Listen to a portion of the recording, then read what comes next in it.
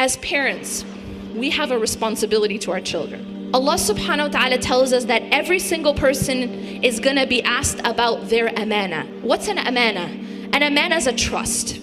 So if I were to entrust you with some money, for example, then you would be responsible for that, taking care of that money, right? Allah subhanahu wa ta'ala has given us a trust.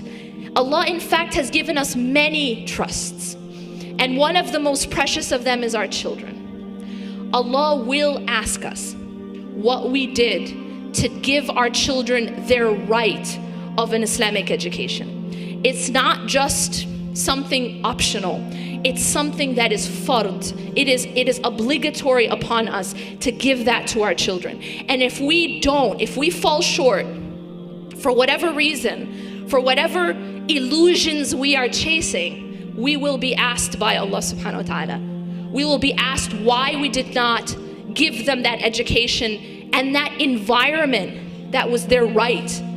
It's a right upon us, right? That it is actually an obligation rather upon us, and it is their right. Many of us are under the impression that because there's some sort of so-called separation between church and state. No, my children, they're not being taught about Jesus at school. They're being taught something more dangerous.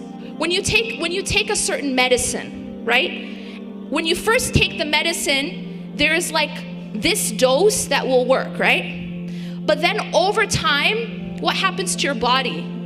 It becomes desensitized essentially to that dose, right? So now as you have to take a certain medicine chronically, you will have to take a higher dose for it to have the same effect. Yes? You know this, right? It's how it works with drugs, it's how it works with medicine. It's the same thing psychologically. So what happens is when you become exposed to something a lot, your heart starts to become desensitized. In other words, you become numb. You're putting your children in this environment. How can you think you're not going to be asked? That you didn't do your utmost best to give them the best environment, to give them their best opportunity, and to protect them the most you can. I understand you can't protect your children from everything. I get that. Only Allah subhanahu wa ta'ala can protect them. But wallahi, you're going to be asked about what you did.